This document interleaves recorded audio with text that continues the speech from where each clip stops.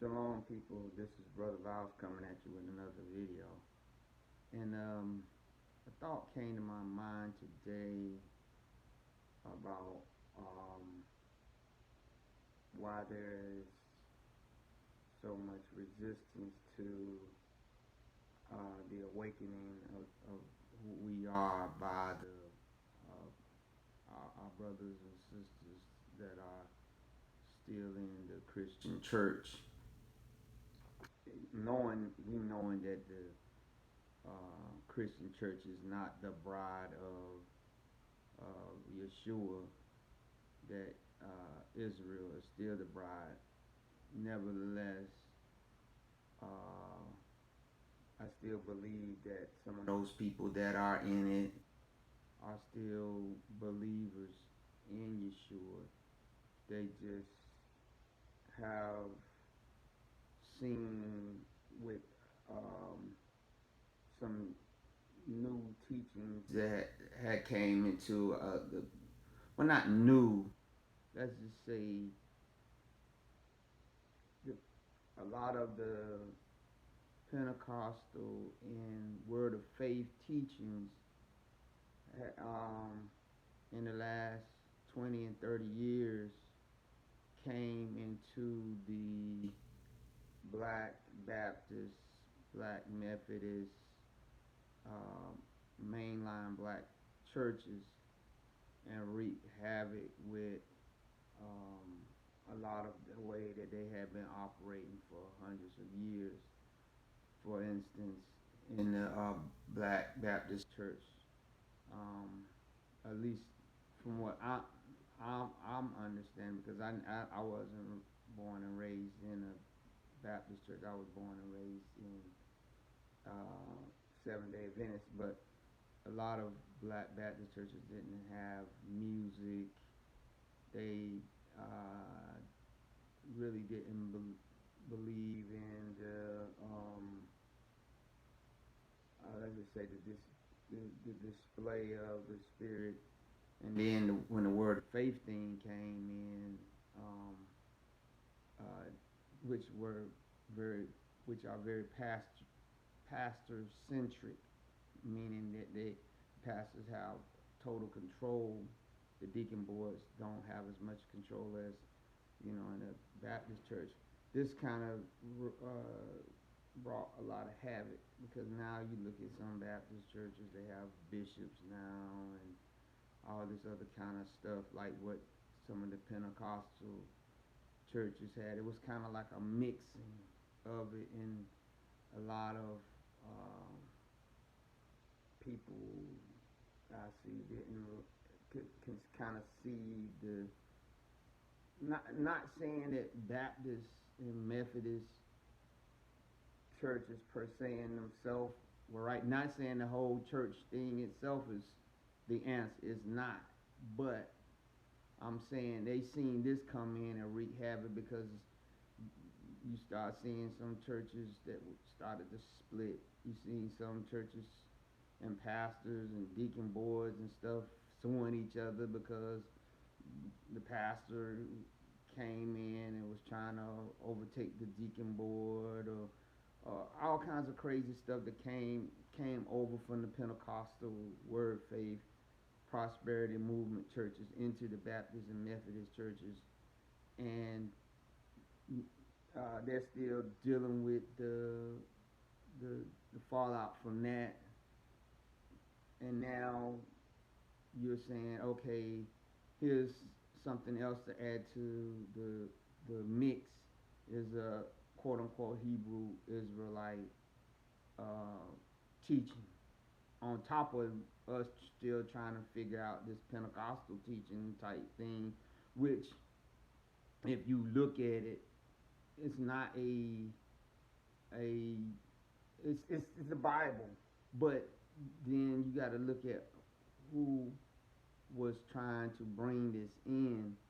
The Pentecostal church in itself is so kind of corrupted, and that some of the people that left out of it went back into maybe their Baptist Methodist roots, but they brought the Pentecostal. I think I talked about this in a previous video, but they brought this stuff into them and try to get them quote unquote introduced to the Spirit and everything.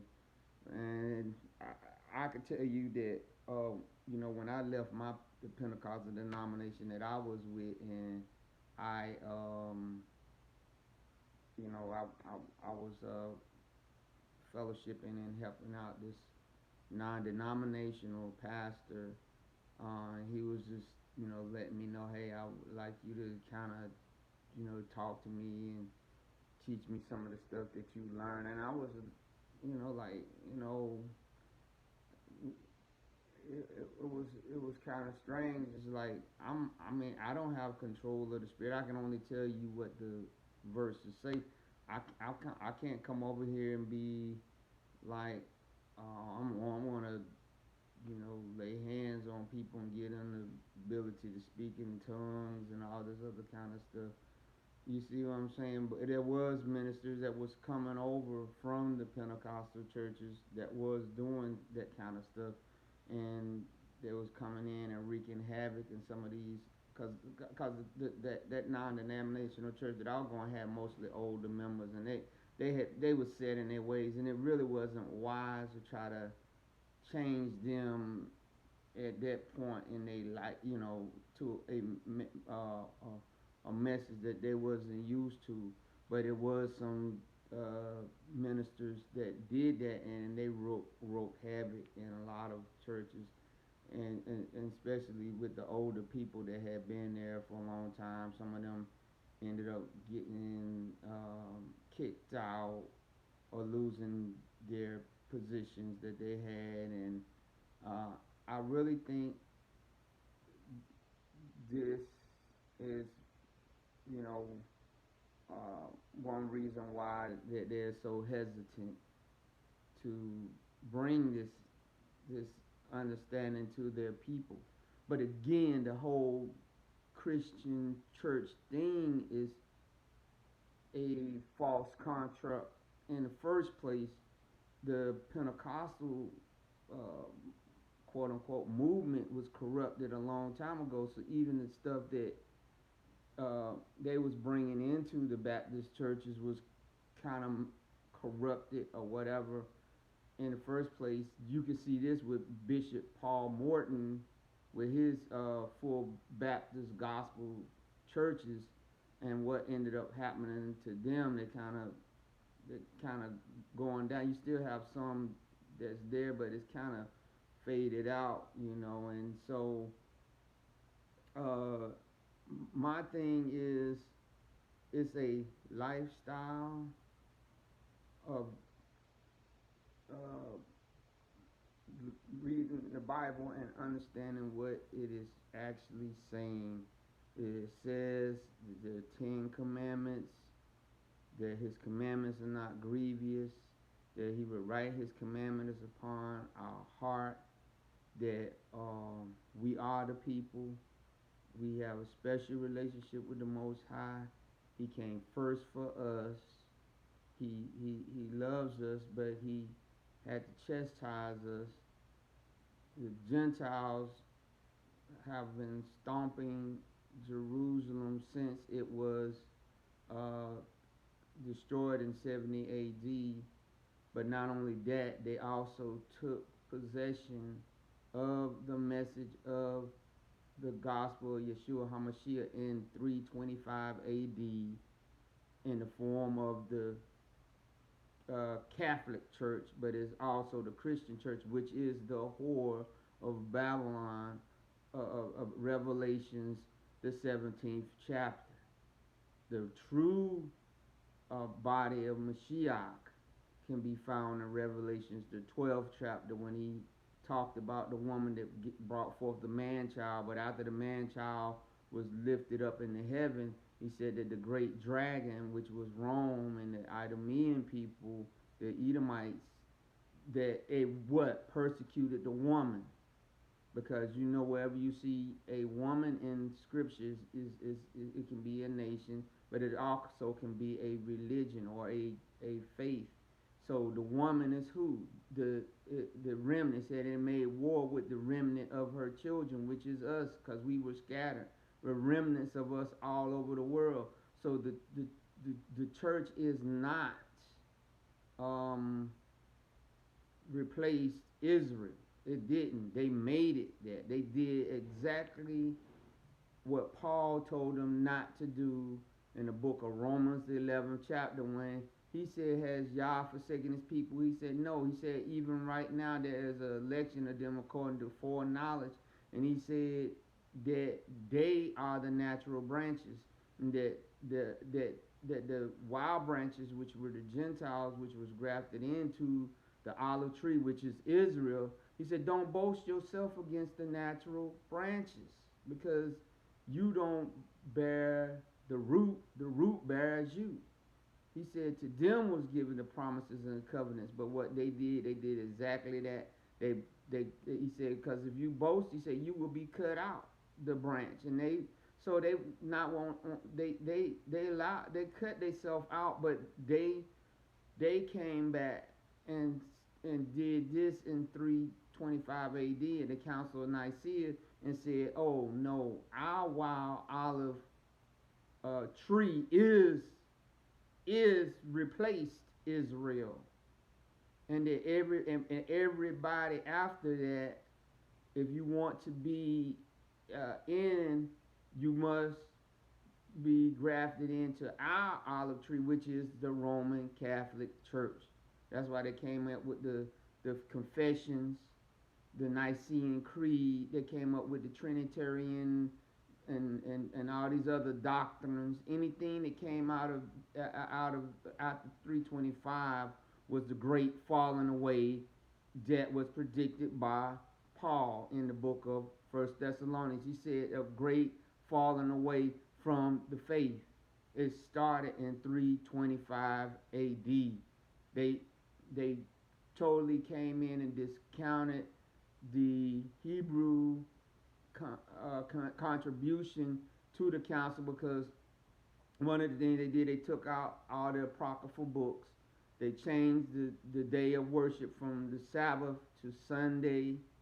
They held on to pagan beliefs. Most of the people that was which the council was led by Emperor Constantine, who was still a sun worshiper, even though they had made Christianity legal and then made it the state religion, they still were worshiping their false deities.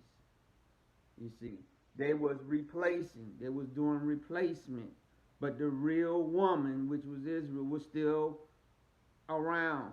They were still people that was being born again. There were still people that knew that they were Hebrew, but that they also were believers.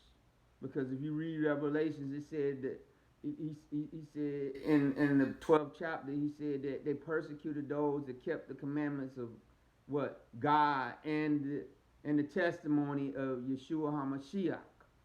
So that wasn't just them, but there was also the Gentiles that understood, hey,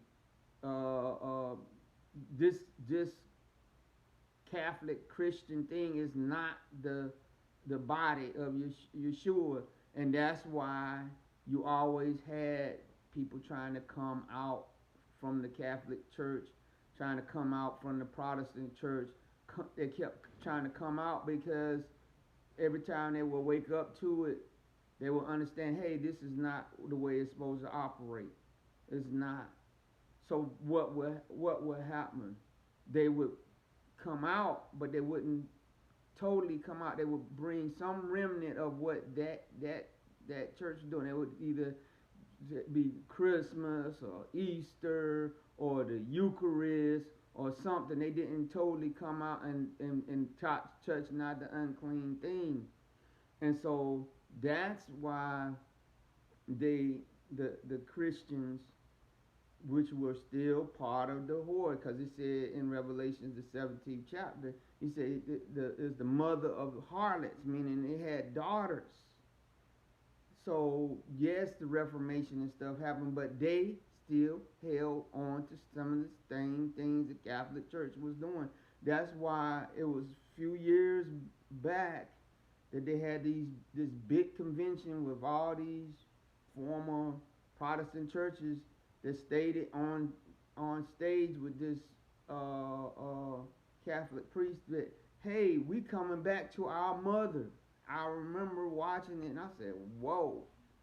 And so this is what you have to be faced with, is that now that Yah is showing who we are, there's going to be a backlash because the construct that you have been in uh, has been propped up these many thousands of years, but now that which they say was dead, that which they say Yah had cast us away, there's and they can't deny that even when we came here, when they supposedly gave us Christianity, that even that they gave us part of what it was in the first place anyway, which was probably a good thing. They gave the slave Bible, which only had 33 books, and they took all the stuff about freedom and all this stuff out of there. But you see what happened to black people after slavery when we start functioning in our own uh, churches. We put our own flavor and everything to it. I think the thing that started making us really get bogged down is that a lot of our instructions, a lot of our teachings, we went to their seminaries and stuff, and we learned and we brought it back. If we could have kept studying, I believe, the Bible ourselves and praying to the Most High Yah, I believe we would have figured out a lot of things, and we would have, been like some of the people during slavery that read the Bible and said, hey, we the people. We can't do this, that, and another, and we would have figured that out, and we would have broke away from the church construct. But unfortunately, a lot of our people got totally invested in that. They got invested in some of these fraternities, sororities, secret societies, and things like that. And that's why when the Pentecostal movement happened in the 1920s, it was happening to what they would consider to be unlearned people that say, hey, let's just do what the Bible said. The Bible said let's pray for the sick and all this other kind of stuff. The mainline Baptist and Methodist churches, which was totally invested from them going into the white seminaries, wasn't able to receive that message. No, some of them wasn't. But unfortunately for the Pentecostal movement, what they were doing, you could see the negative effect of Christianity per se on it, because when the way that Christianity did things came into the Pentecost, before it came in, you had white ministers fellowshipping with black ministers, being under black pastors. You had women that was ministering, all of that stuff. But when the Christianity came into it, the white people broke off and started their own quote unquote churches. The black people split off and did their own churches, but not before they split again, because they had disagreements about doctrine, about the Trinitarian and a monotheistic, which was all Christian talk and all this stuff. I think the Holy Spirit was trying to break down all of that, and maybe if they would have stick, then our people would have understood who we were. But before they could do that, the Christianity, churchianity got in there and just messed it all up.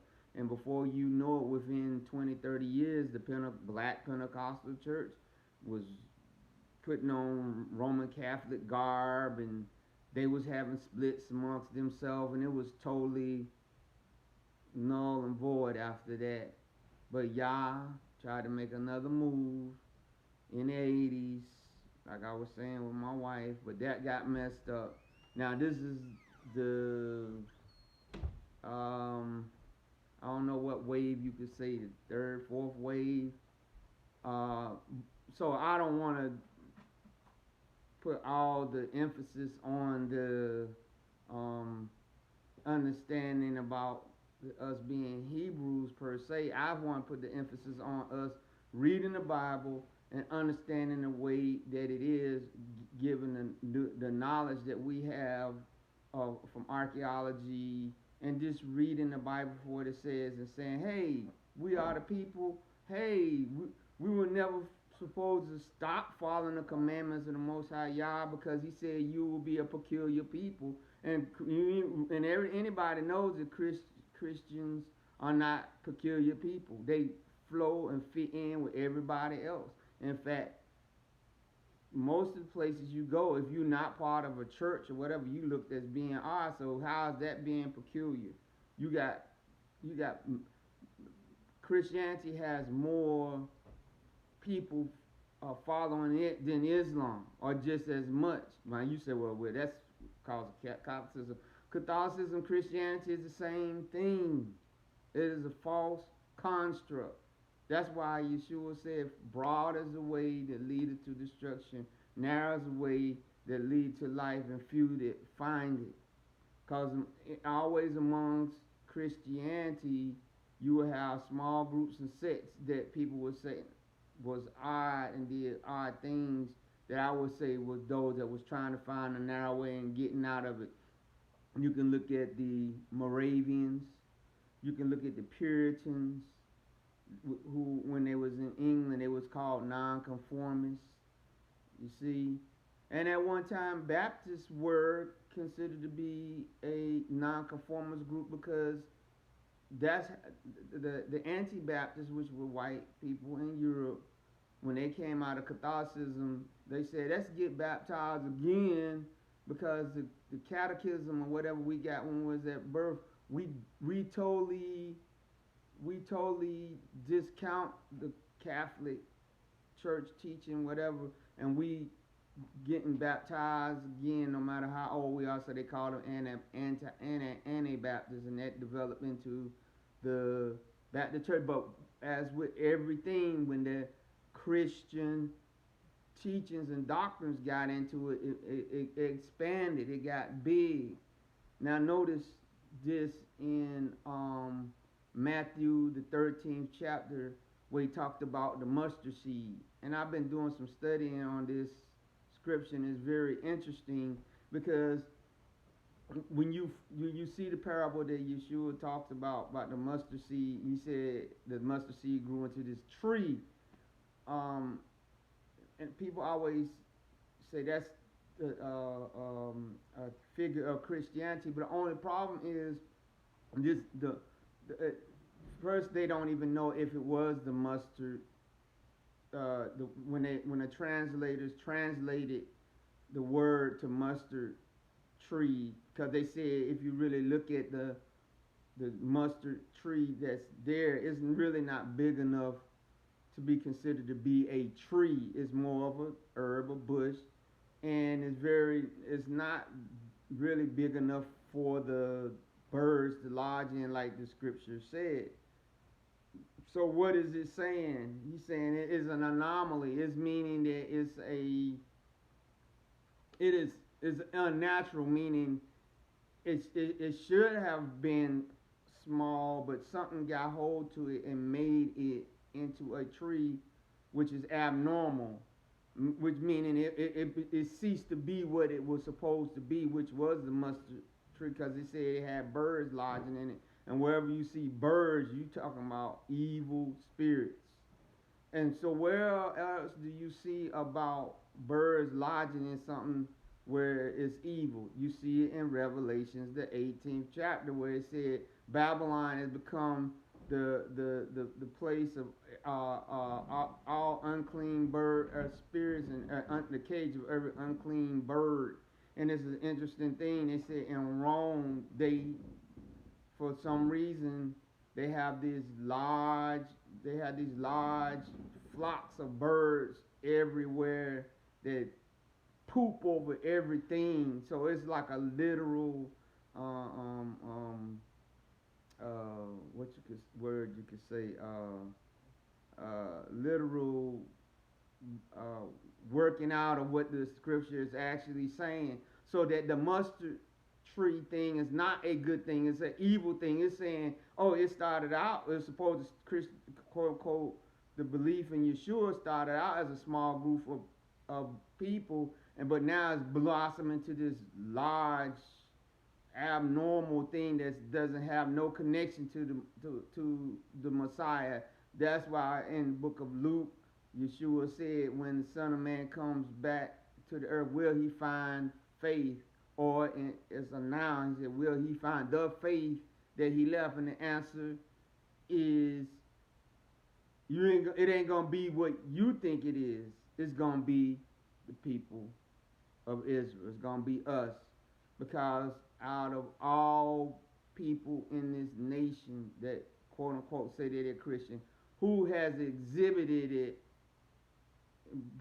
in slavery and out of slavery? Us.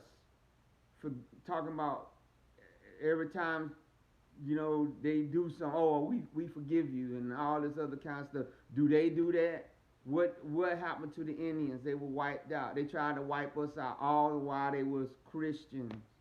You see what I'm saying? But it's so hard for us to press our mind to think that, hey, this thing was not what we thought was. But the good thing is, Yeshua, the Bible said in the book of Hebrews, he said he would wink at our ignorance of things if our heart was right. But now that we know, he said he's called all men to repentance, meaning come out. That's why he kept saying in Revelations, come out from her, my people, and be not partaker of her sins.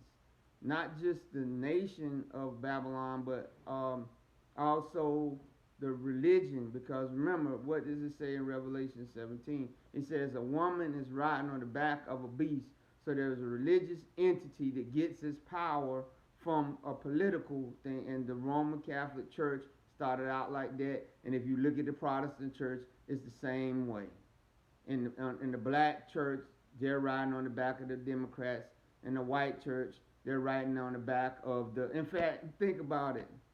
What is the two signs for the two political parties? You got the Republicans got the elephant, the Democrats got the donkey, right? So you got one group riding on the back of an elephant, the other group riding on the back of the donkey. And those two what? Beasts. But what did it say in Revelations 8:17? It says that the 10 kings, the 10 European nations will get tired of the woman and basically throw off and burn her with fire. And so what do you see? It says it's gonna make her naked. And so you see the throughout the world. First, it really started in Europe when they because me and my wife, I was stationed in Germany in the army, and I can tell you that they had all these Catholic cathedrals and stuff, but nobody went there. They just stopped going. They're like tourist attractions, because they came to understand, man, this stuff. Now they just totally threw the baby out with the bathwater, because Yeshua is still Yeshua, but because of what it did, they threw that away. And so now you see that happening in America, where the church, the church or whatever, the whore is being exposed. They don't need it no more. They don't need the political parties, whatever. They don't need that anymore. They just used it when they wanted to get votes and all this kind of stuff, or use the preacher to disseminate information to keep us enslaved and entrapped. But they don't need that anymore. And so that's why you're seeing all this exposing, people burning churches down and all this other kind of stuff. Movies like the one I think it was Ice Cube made, where they robbed the church and all this other kind of stuff. this is total discounting of it because it was never. We were always meant to be the ones that was purveying the gospel message out, but because it is the time of the Gentiles, they have all of the records. They have all of the um, um, schools and all this other kind of stuff. We just trying to wake up, back up to who we are, and that's why we got to get this message out. Not just that we are the people, but that you got to be born again and that you got to follow the commandments of the Most High Yah. That grace was not given to you to just do what you want to, right? It's the he did away with the ceremonial laws, but not his moral laws, and that Israel got to be a moral people in order for us to be a nation again. And that message goes to not just us in America, but all Hebrews, all black peoples throughout the world that are the tribe and those that are grafted into us. See, so all these uh, Caucasian and white and black churches that still adhering to these wicked holidays, still adhering to some of the strange teachings and doctrines that they have. They got to come out. They got to come out now. He said, if you love me, you will keep my commandments, right? So, this thing of, I'm in Yeshua. He clearly said in Romans 11th chapter that you could be cut out. He said if he cut out his people, the natural branches, he could cut you out too. That's either Hebrew or Gentile that refuses to see the error of what they're doing and stay right where they're at. See, you're going to be cut out. Because he said, remember, broad is the way to lead to destruction. So this is almost like a snare to you if you don't. I mean, just read for yourself and investigate for yourself and see. Like I said, I understand the resistance that some have because they're saying, well, we let this Pentecostal thing come in, and well, if you had been reading about all along before these people that came out of the Pentecostal church came into your churches, you would seeing, well, nah, that's not according to what the Bible says, but you let them come in and lead whatever, and now so I would say this: the whole construct that you're in from the get-go is wrong. Everybody just need to go back to their Bibles. They need to read them. They need to really ask the Most High Yah, give me understanding of this scripture. Give me understanding. Is this so? Is the people that you talking about in the book? Were they am I descendant of them? Were they black people? Is the things that you promised Israel, which part of that is the gifts of the Spirit and all that Paul talked about in 1 Corinthians, the 12th chapter, all of that. Yes, read it, believe it, and live it, all right? So this video, I didn't mean for it to be so long. I just wanted to get that thought to you about maybe why some of the resistance is there, but also the fact that they got to understand that they're in a false construct already, just like the Matrix, right? Because what happened to the people that was in the Matrix when they discovered that the Matrix was what it is, some of them just said, "Hey, I want to stay in it. I don't care if it's the way of the world. It's the way of less resistance. That's what I'm gonna go with, right?" And so we gotta understand that, and we gotta understand what Yeshua says. He said you're gonna lose family and houses and land and all that for the kingdom of Yah's sake, but you're gonna gain them back in this life too. So once you find this out, the Most High Yah is telling you this is what it is. You gotta ask help, ask him to help you to live what it is that you're reading, because the Christianity, Catholic churchianity thing has so made us powerless and dumbed down, not just in religion but in education and everything. Because it's a shame. Me and my wife was looking at this documentary about Portugal, right? I mean, not Portugal, but Angola, which was used to be a colony of Portugal. And they said there, when they talking about the slave trade, most books might only have one page about it. They have so dumbed the people down. But Portugal is a big Catholic nation. Angola, a lot of them name their children Portuguese names, and the Catholic Church and all that is still powerful there. And so you can see what this thing has done to us. We got to break out. We got to come out from among her, first mentally, spiritually, emotionally, and then you'll be able to see clearly, uh, not just that we're the people, but that a lot of stuff has been hidden from us. Now we gotta make sure that we don't go to the extreme and throw Yeshua out, and then you got something that's going into Kemet and all this other kind of stuff, and going into Oshan worshiping the water spirits and voodoo and all that stuff.